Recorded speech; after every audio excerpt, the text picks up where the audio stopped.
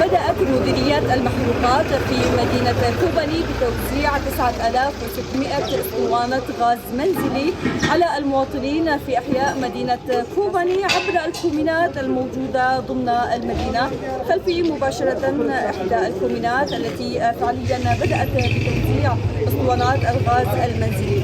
كان الأهالي قد سجلوا أسماءهم للحصول على مستحقاتهم من الغاز المنزلي عبر الكومين ودفعوا المبلغ والذي يبلغ يعني 10 دولارات عن كل اسطوانة غاز. ولكن الآن بمبادرة من قبل الإدارة الذاتية ومديرية المحروقات يتم إعادة المال إلى أهالي الكومينات، إلى أهالي مدينة كوباني، وتقديم اسطوانة الغاز المنزلي بشكل مجاني إليهم. الآن كما تشاهدون هنا العشرات من الأشخاص الذين كانوا قد سجلوا سابقا أسماءهم ودفعوا مبلغ 10 دولارات للحصول على اسطوانة الغاز، ها هم اليوم يستعيدون نقودهم إلى جانب حصولهم على اسطوانة الغاز. هنا يتم فرز الأسماء يعني الذين لا يملكون حتى بطاقة من قبل مديرية المحروقات يمكنهم أيضا الحصول عليها إن كان هنالك إثباتات شخصية أو من قبل الكومين يمكنهم الحصول على اسطوانة الغاز المنزلي الخاصة بهم، وهو